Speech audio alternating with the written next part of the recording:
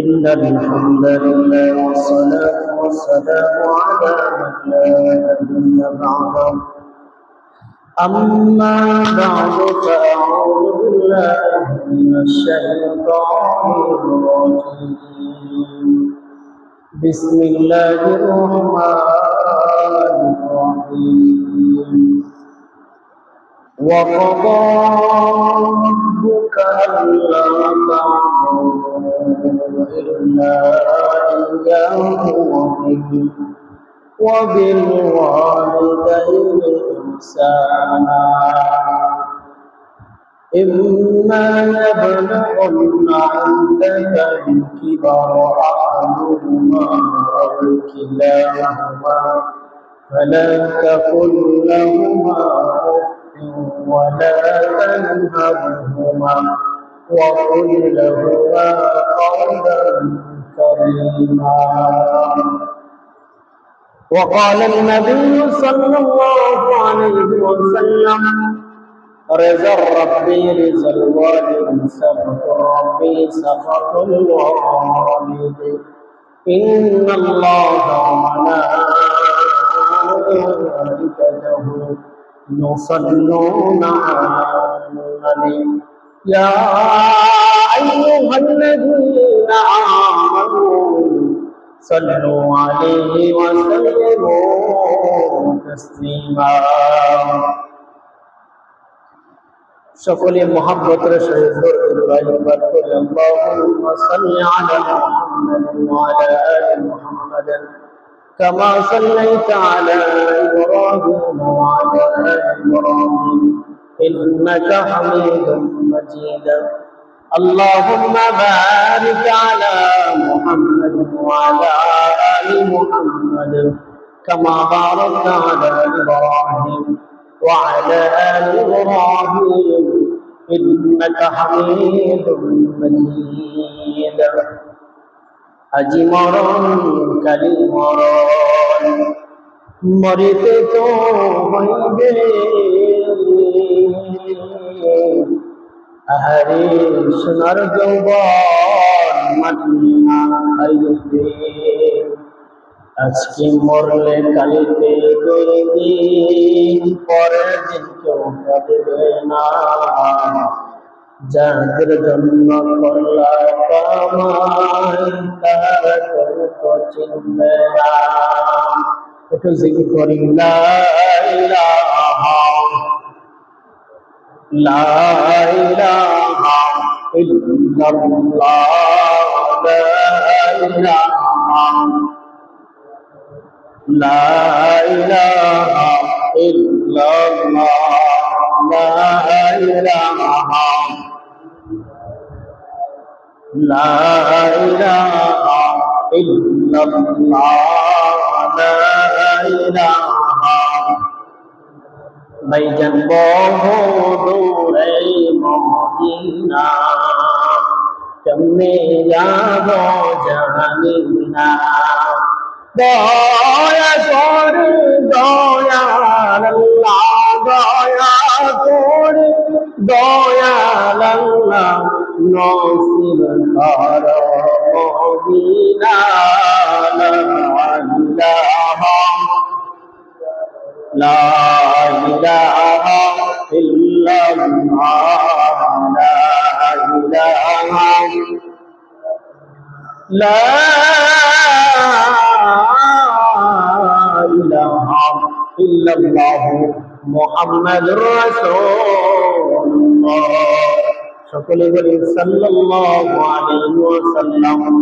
আলহামদুলিল্লাহ, আল্লাহ তাআলা আমাদেরকে অত্যন্ত মায়া করে মহব্বত করে পবিত্র জুমার দিনে আল্লাহ তাআলার ঘরে আগে আগে আসার বসার তৌফিক দিয়েছেন. আমরা দিন থেকে বলি আলহামদুলিল্লাহ. আমরা আসতে পারে বসতে পারে খুশি না বেজার বলেন? আসতে পারে বসতে পারে খুশি না বেজার? যদি খুশি থাকি তাহলে আবারও জোরে বলে আলহামদুলিল্লাহ। সম্মানিত হাজিরিন, মাইকের আওয়াজ যতদূর পর্যন্ত যাবে আমরা সকলে দিনের কানে আমরা কোরআন হাদিসের কথাগুলো শ্রবণ করব, শুনবো। যদি আমি আপনি দিলের কানে কথাগুলো শুনি প্রতিটি হরফে হরফে প্রতিটি কথার বিনিময়ে আল্লাহ তাআলা এক এক বছর নফল ইবাদতের সওয়াব আল্লাহ প্রত্যেকের আমলনামায় দিয়ে দিবে। জোরে বলি সুবহানাল্লাহ। এই জন্য মা বোন যারা আছেন আপনাদেরকেও বলছি, বাবাজি যারা আছেন আপনারাও কথাগুলো ধ্যানের সাথে শুনবেন। কেউ যেন ঘুমায় না যায়, শয়তানের ধোঁকায় পড়ে আমরা যেন কেউ ঘুমায় না যাই। আমরা মেহেরবানি করে মসজিদের ভিতর আগে পুরা করবো, এরপর আমরা মসজিদের বারান্দায় আমরা জায়গা নিব। যারা মসজিদের বাহিরে আছে, বারান্দায় আছে, মেহেরবানি করে আমরা মসজিদের ভিতর চলে আসি। আলহামদুলিল্লাহ, আল্লাহ তাআলা আমাদেরকে কোরআন হাদিসের আলোচনা বলা এবং শোনার তৌফিক দিয়েছেন। দিল থেকে বলি আলহামদুলিল্লাহ। সম্মানিত হাজিরিন, আল্লাহ পাক রব্বুল আলামিন আমাদেরকে দয়া করছেন, মায়া করছেন। আমার আপনার মতো বহু মানুষ হসপিটালে ভর্তি আছে না নাই? আমার আপনার মতো বহু মানুষ যাদের চোখ থাকলে তারা দেখে না, যাদের কান থাকলে তারা শোনে না, যাদের মাথা আছে সব কিছু ঠিকঠাক আছে, এরপরেও লোকটা রাস্তার ধারে ধারে দুয়ারে দুয়ারে সালার চট গায়ে দেয়া ঘুরতেছে, এমন মানুষ আছে না নাই? আল্লাহ তাআলা আমাকে আপনাকে সুস্থ রেখে হায়াতে বাঁচিয়ে রেখে আল্লাহ তাআলার ঘরে আসার বসার তৌফিক দিলেন। আবারও দিল থেকে বলে আলহামদুলিল্লাহ। সম্মানিত হাজিরিন,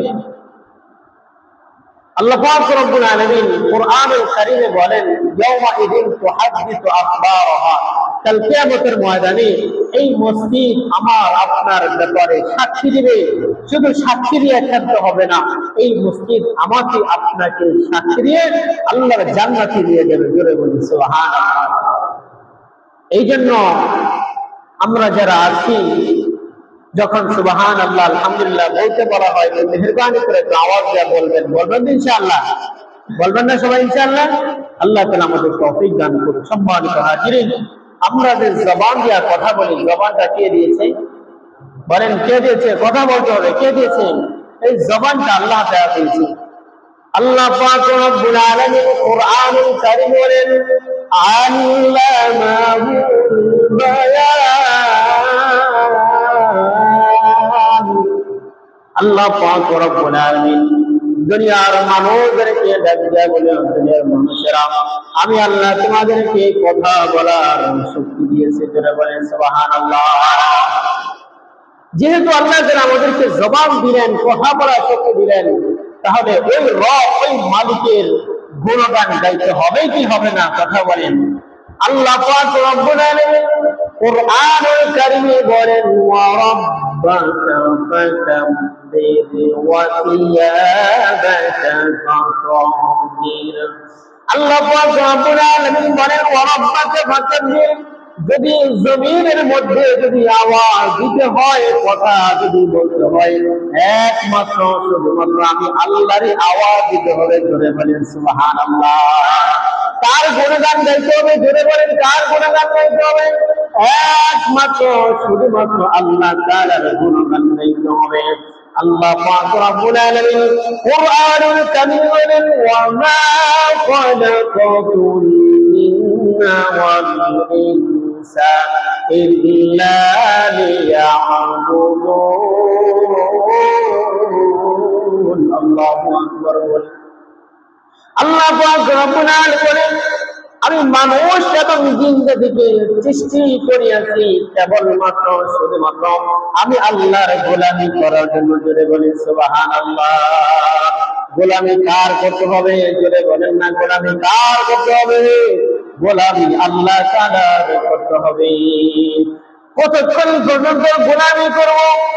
যতদিন পর্যন্ত আমার আপনার দেহের ভিতরে, আমার আপনার শরীরে যতক্ষণ পর্যন্ত শ্বাস প্রশ্বাস চালু থাকবে, ততক্ষণ পর্যন্ত ওই রবের, ওই মালিকের গুণগান গাইতে হবে। আল্লাহ তাআলা কুরআনুল কারীমে বলেন, হাত্তা ইয়াতিয়াকাল ইয়াকিন।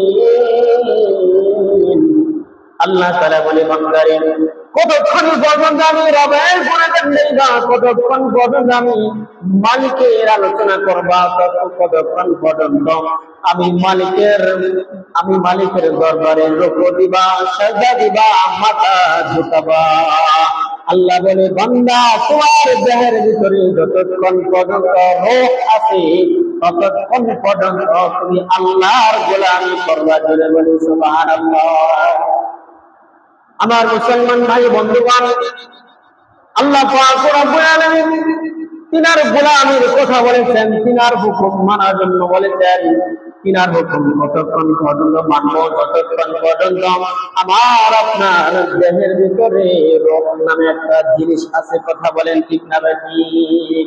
আমার মুসলমান ভাইয়েরা বন্ধুরা, এই রূহটা ততক্ষণ পর্যন্ত ঠিক থাকবে। আল্লাহ তাআলা কোরআনুল কারীমে জানিয়ে দেন, ويسألونك عن الروح قل الروح من أمر ربي। আল্লাহ পাক রব্বুল আলামিন আমার আপনার হাবিব আমার আপনার নবীকে আল্লাহ প্রশ্ন করে, এই বন্ধু তুমি কি জানো রূহ কি জিনিস? আল্লাহ তাআলা জানায় দেন, قل الروح من أمر ربي। আল্লাহ বলে রূহ ওই জিনিস, রূহ হলো আল্লাহ পাকের হুকুম। করে বলি সুবহানাল্লাহ।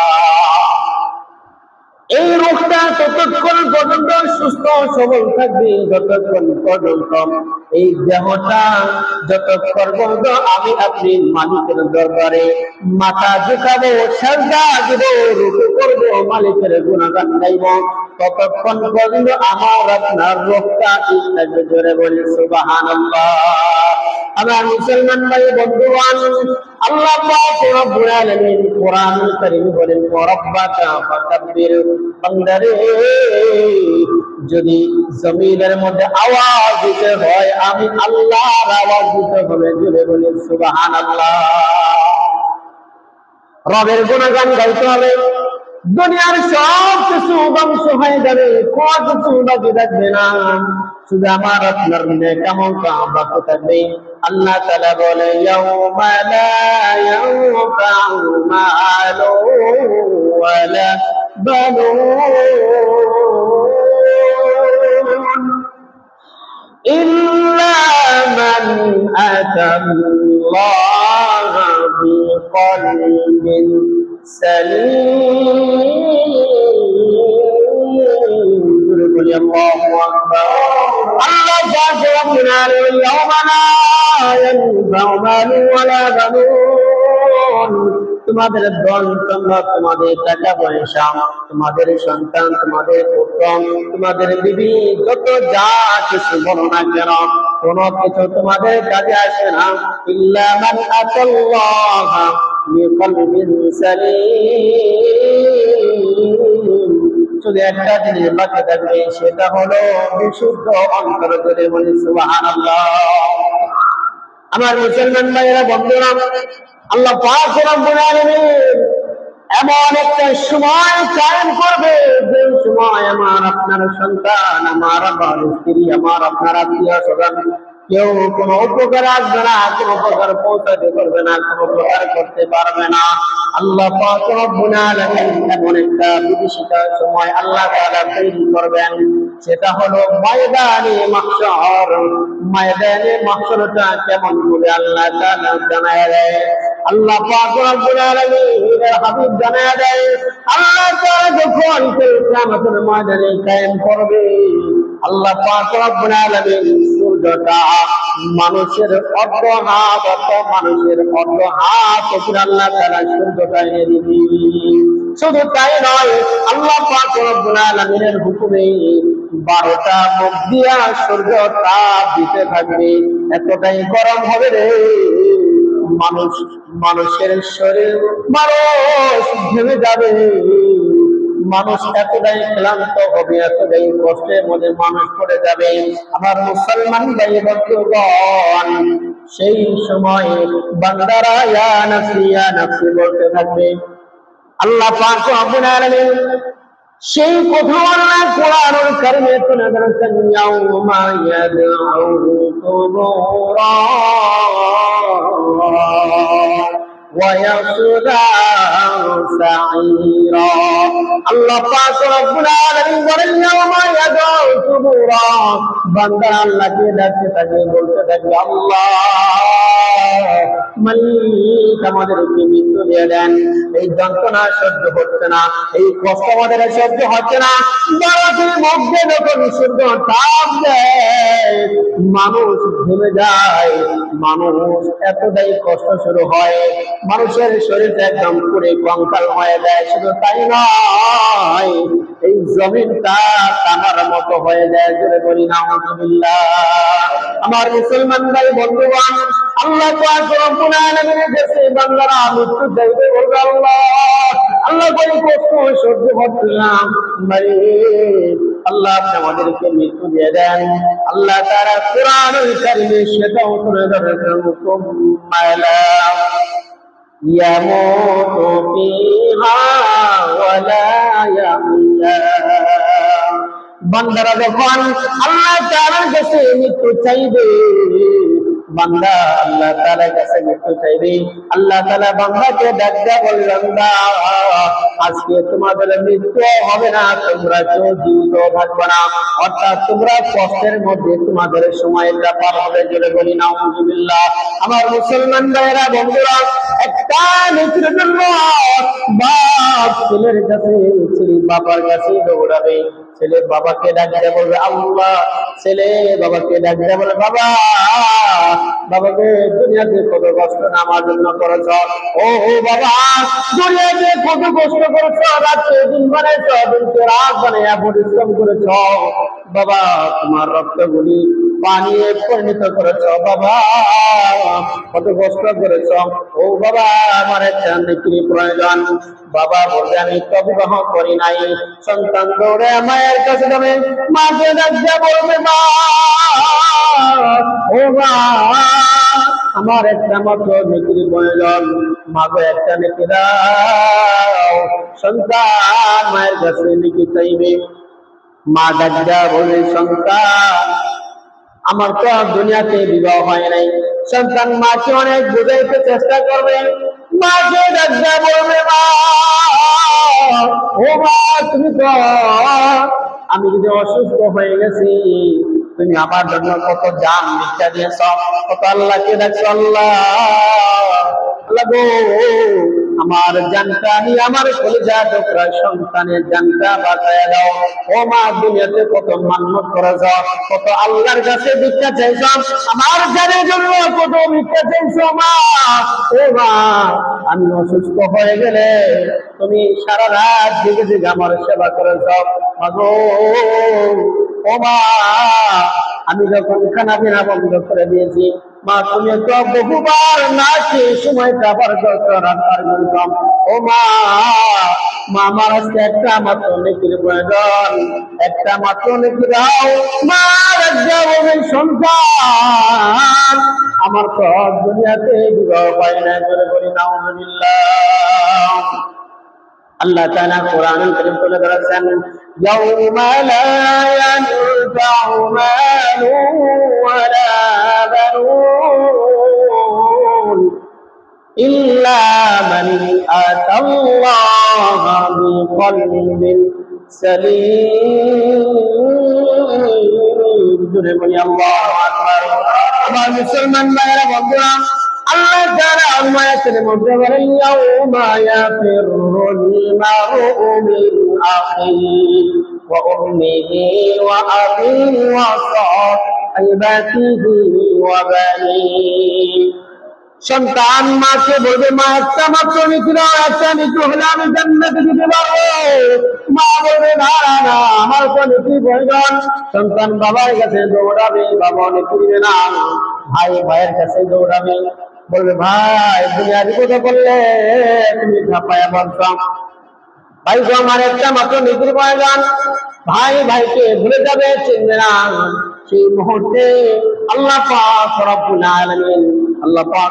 আলামিন বান্দারা ছোটাছুটি করতে থাকবে, ইয়া নাফসি করতে থাকবে, আর কান্না করতে থাকবে।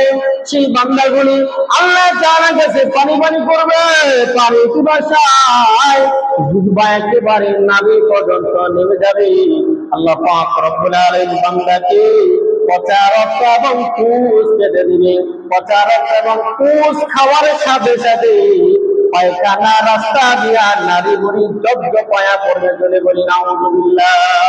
আমার মুসলমান ভাই বন্ধুগণ, আল্লাহ পাক রব্বুল আলামিন দুই প্রকারের মানুষকে সেই মুহূর্তে আল্লাহ তাআলা হেফাজত করবেন। আল্লাহ পাক রব্বুল আলামিন কোরআনুল কারীম বলেছেন, وَقَضَى رَبُّكَ أَلَّا تَعْبُدُوا إِلَّا إِيَّاهُ। আল্লাহ তাআলা বলেন, বান্দা ওয়াকাদা রাব্বুকা আল্লা তা'বুদু ইল্লা ইয়্যাহ, বান্দারে তোমার দেহে যতক্ষণ পর্যন্ত তোমার শ্বাস প্রশ্বাস চালু থাকবে ততক্ষণ পর্যন্ত আমি রবের গোলামি করবা। গোলামি কার করতে হবে? জোরে বলেন গোলামি কার করতে হবে? সবাই বলেন না কেন? আপনারা কি রাগ করছেন?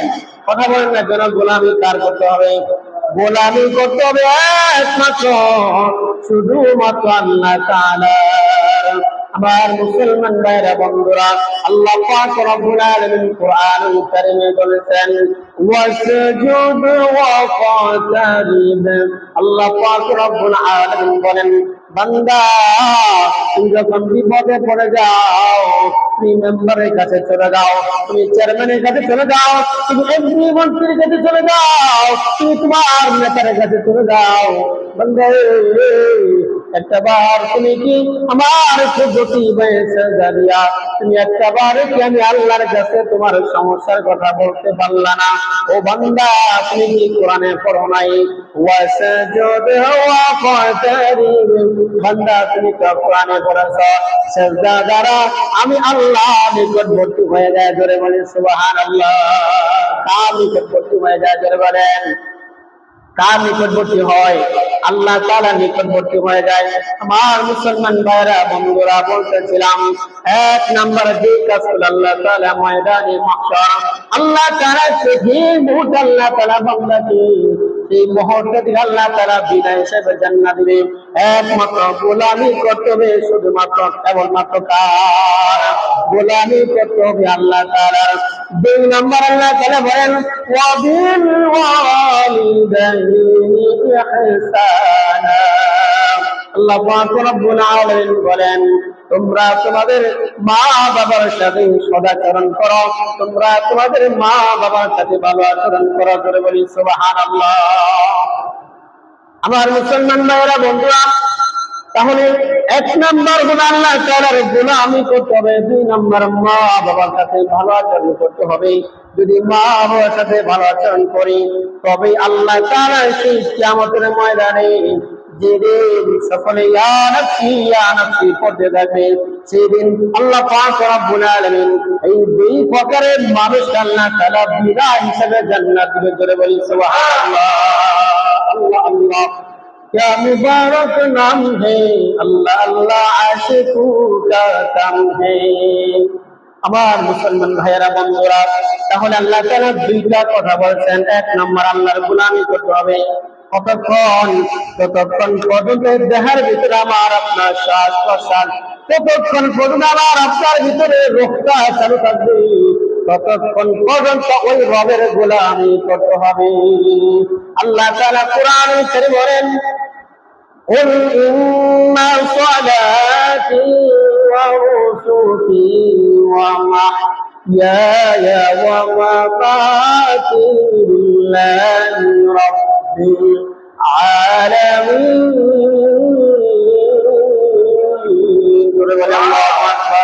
আমার মুসলমান ভাইরা বন্ধুরা, আল্লাহ পাক রব্বুল আলামিন বলেন, বান্দারে তোমার নামাজ, তোমার কুরবানি, তোমার দান সজ্জা, তোমার জিকির আজকার, তোমার সব কিছু কেবলমাত্র শুধুমাত্র আমি আল্লাহ জন্য হতে হবে। যদি বলি সুবহানাল্লাহ।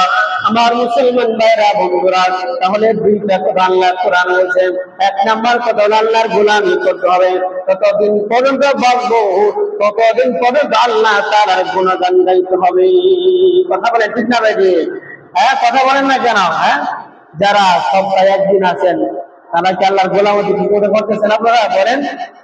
হ্যাঁ, সঠিকভাবে কি আল্লাহর গোলামি হয়? আল্লাহ তাআলা দৈনিক 5 বার আমাকে আপনাকে ডাকতে থাকে মুয়াজ্জিনের মাধ্যমে। মুসলমান ভাইয়েরা বন্ধুরা, মুয়াজ্জিন আমাদেরকে 5 বার আল্লাহ তাআলা করে স্মরণ করায় দেয়। 5 বার আমাকে আপনাকে ডাকতেছে। আমার আপনার মোবাইল কিছুক্ষণ পর পর মোবাইল কি করে আমরা চেক করি, করে কি করি না? কথা বলেন। দেখি কেউ আমাকে কল দিল কিনা, মিস কল দিল কিনা, কোনো মেসেজ আসলো কিনা। দেখি না? আমরা দেখি না? কথা বলেন, দেখি কিনা? আমরা আমাদের মোবাইল কিছুক্ষণ পর আবার চেক করি। আল্লাহ তাআলাও প্রতিদিন বান্দাকে 5 বার করে ডাকতেছে, যেটা আমার কোন বান্দা আমার ডাকে সাড়া দেয়, আমার কোন বান্দা আমার ডাকে সাড়া দেয়। যারা আল্লাহ তাআলা ডাকে সাড়া দিবে, আল্লাহ পাক রব্বুল আলামিন তাদেরকে বিনা হিসেবে জান্নাত দিয়ে চলে বলি সুবহানাল্লাহ। আমার মুসলমান ভাইরা বন্ধুরা, আল্লাহ পাক রব্বুল আলামিনের হাবিব সাল্লাল্লাহু আলাইহি ওয়াসাল্লামের কাছে একজন সাহাবী প্রশ্ন করে, ইয়া রাসূলুল্লাহ, নবী গো, কার হক বেশি, মায়ের হক বেশি না বাবার হক বেশি? নবী আমার বলে, অমুকা তোমার ভাইয়ের। আবার সাহাবায়ে কেরাম প্রশ্ন করে, ইয়া রাসূলুল্লাহ, কার হক বেশি? নবী বলে, অমুকা তোমার মায়ের। আবার সাহাবী প্রশ্ন করেন, কার হক বেশি? বলে, তোমার মায়ের। অমুকা তোমার মায়ের হক বেশি। এরপরে আবার সাহাবী প্রশ্ন করে, ও আমার সাহাবী নবীকে প্রশ্ন করে, ইয়া রাসূলুল্লাহ, কার হক বেশি? নবী আমার বলে, তোমার বাবার। আল্লাহ সাল্লাল্লাহু আলাইহি সাল্লাম নবী থেকে সাহাবায়ে কেরাম প্রশ্ন করলেন, ইয়া রাসূলুল্লাহ, 3 বার মায়ের কথা বললেন, একবার বাবার কথা বললেন, কারণ কি? কারণ জানতে চাই। নবী আমার ডাক দিয়া বলে, আমার সাহাবী, 3টা কষ্ট মা করে যা পৃথিবীর কোন বাবার দ্বারা সম্ভব না। জোরে বলি আল্লাহু আকবার। 1 নাম্বার কষ্ট হলো একজন মা তার সন্তানকে গর্ভে ধারণ করে। একজন বাচ্চা যখন মায়ের গর্ভে থাকে, আরে যখন বাচ্চা মায়ের গর্ভে যায়, যখন মায়ের রেহিমের ভিতরে যখন সুতন চলে যায়, কয়েক মাস হয়ে গেলে মায়ের হাত চলে যায়, পা চলে যায়, মায়ের সুন্দর চেহারাটা ফেকাইছে হয়ে যায়। কথা বলেন ঠিক না বেশি?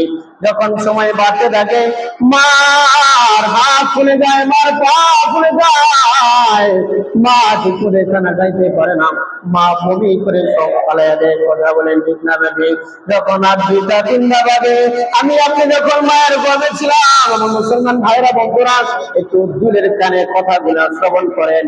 1 ফোঁটা চোখের পানি যদি বের হয়, হতে পারে 1 ফোঁটা চোখের পানির বিনিময়ে আল্লাহ তাআলা আপনার মা বাবার জীবনের গুনাহ মাফ করে দিতে পারে। জোরে বলি সুবহানাল্লাহ।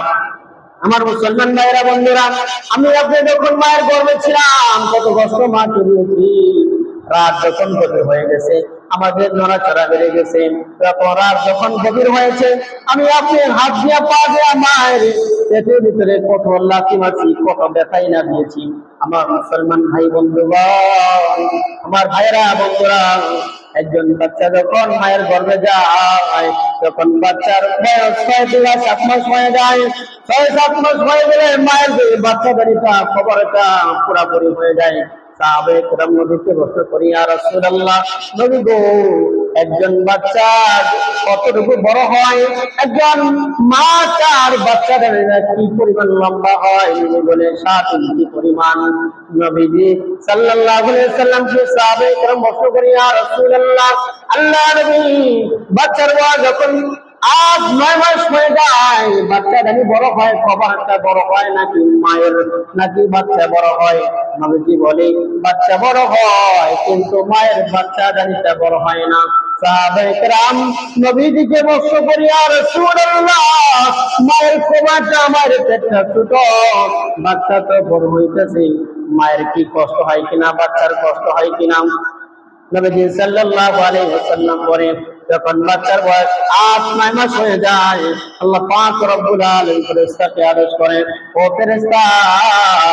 ফেরেশতা বাচ্চার পা দুইটা ধইরা মায়ের কলিজার মধ্যে লাগা দাও। মায়ের কলিজার ভিতরে লাগা দেওয়া হয়। যখন বাচ্চার বয়স 9-10 মাস হয়ে যায়, বাচ্চা মায়ের কলিজার ভিতরে এই পরিমাণ লাথি মারে, কিতাবের ভিতরে আছে একজন বাচ্চা সর্বনিম্ন 4,500 বার মায়ের কলিজার ভিতরে লাথি মারে। ওগো মা, তুমি এই ধরনের শ্রেষ্ঠ নিয়ামত, তোমারই পদ তলে রয়েছে জান্নাত। আমার মুসলমান ভাইরা বন্ধুরা, নবীজি সাল্লাল্লাহু আলাইহি ওয়াসাল্লামকে সাহাবে কেরাম প্রশ্ন করেন, ইয়া রাসূলুল্লাহ, ইয়া হাবিবাল্লাহ, নবী গো, যে লাথি মারে ওই লাথি যদি একটা বাবার কলিজার ভিতরে দেওয়া হয়, বাবার কেমন লাগবে? নবী আমার ডাক দেয়া বলে, একটা লাঠি যদি বাবার কলিজার ভিতরে দেওয়া হয়, সাথে সাথে বাবা জমিনে পড়ে মারা যাবে। ধরে করি নাউজুবিল্লাহ। আমার মুসলমান ভাইয়েরা বন্ধুরা, তাহলে এক নম্বর কষ্ট হলো মা আমাদেরকে 10 মাস যতদিন গর্ভধারণ করেন। 2 নম্বর কষ্ট হলো আমি আপনি যখন ডেলিভারি হই, মায়ে যখন প্রসব বেদনা সহ্য করে। তাদের ভিতরে আছে একজন মানুষের শরীরের মধ্যে 360টি জোড়া আছে। সব জোড়াগুলো যদি ভেঙে চুরমার করে দেওয়া হয়, যে পরিমাণ কষ্ট হয় তার চেয়ে 1000 কোটি গুণে বেশি কষ্ট হয় একজন বাচ্চা প্রসব করার। আমার মুসলমান ভাইয়েরা বন্ধুরা, 3 নম্বর যে কষ্ট, 3 নম্বর কষ্ট হলো একজন মা তার সন্তানকে লাগাতার 2 থেকে 2.5 বছর দুধ পান করায়। যা পৃথিবীর এই মা জননী 3টা কষ্ট করলাম। 1 নম্বর কষ্ট তার সন্তানকে পেটে দান করলাম। 2 নম্বর কষ্ট মা প্রসব বেদনা সহ্য করলাম। 3 নম্বর কষ্ট হলো মা তার সন্তানকে লাগাতার 2 থেকে 2.5 বছর দুধ পান করায়। যা পৃথিবীর কোন বাবার দ্বারা সম্ভব না। কোন বাবার দ্বারা সম্ভব? কোন বাবা কি সন্তানকে দুধ খাওয়াইছেন? এমন কেউ আছে না? হ্যাঁ, কোন বাবার দ্বারা সম্ভব না। আমার মুসলমান ভাইয়েরা বন্ধুরা, এখন আপনারা মন খারাপ করতে পারেন, হুজুর মায়ের কথা বললেন, বাবার কথা কিছু বলবেন না। কিতাবের ভিতরে আছে আল্লামা তাকি ওসমানী দামাত বারাকাতুহুম, তিনার কিতাবের ভিতরে একটা ঘটনা আছে। একজন বাবা তার সন্তানকে কতটা ভালোবাসে, একজন বাবা তার সন্তানকে কি পরিমাণ ভালোবাসে। একজন বাবা তার সন্তানকে ডক্টর বানিয়েছে, ইঞ্জিনিয়ার বানিয়েছে। সন্তানটা যখন বড় হয়েছে, অনেক বড় ডিগ্রিওয়ালা হয়েছে, ডক্টর ইঞ্জিনিয়ার হয়েছে, বাবার বয়স প্রায় 100 উপরে হয়ে গেছে। বাবা কোনো কিছু মনে রাখতে পারে না। বাবা সন্তানকে ডাকতে বলে, বাবা আমি তো পান খাই, আমার জন্য বাজার থেকে পান কিনে নিয়ে আসবা। একবার বলছে, বাবা বইলা গেছে। আবার কিছুক্ষণ পরে এসে বাবা সন্তানকে ডাকতে বলে, বাবা রে বাজারে যাইতেছে, আমার জন্য বাজার থেকে পান কিনে নিয়ে আসবা। আবার কিছুক্ষণ পরে বাবা ভুলে গেছে। আবার এসে বাবা সন্তানকে ডাকতে বলে, বাবা রে তুই বাজারে যাইতেছে, আমার জন্য বাজার থেকে পান কিনে নিয়ে আসবা। সন্তান এত জোরে ধমক মারছে, ওই বৃদ্ধ বাবাটা এভাবে কেঁদে উঠছে, এভাবে ভয় পেয়ে গেছে। বাবা সন্তানকে ডাকতে বলে, বাবা রে তুই যখন ছোট ছিলি তোর মা মারা যায়, আমি যদি চাইতাম, আমি যদি ভালো থাকতে চাইতাম, আমি অন্য বিধি গ্রহণ করতে পারতাম। আমি তোর চিন্তা করে আমি দ্বিতীয় বিধি গ্রহণ করি নাই। তোর কষ্ট হবে, তোর দেখাশোনা ভালোভাবে করবে না, এই জন্য সন্তান আমি তোর পিছনে শ্রম ধান দিয়েছি, তোর পিছনে টাকা পয়সা খরচ করেছি।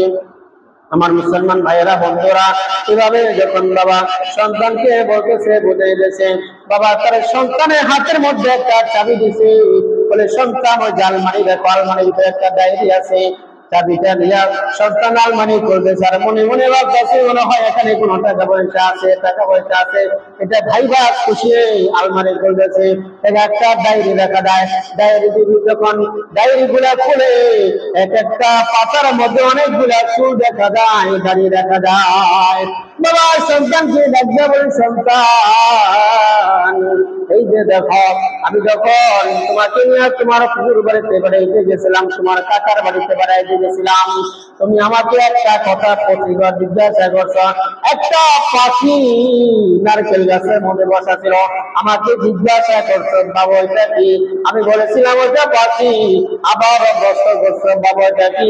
আমি এরপরে বলেছিলাম ওটা কাক পাখি।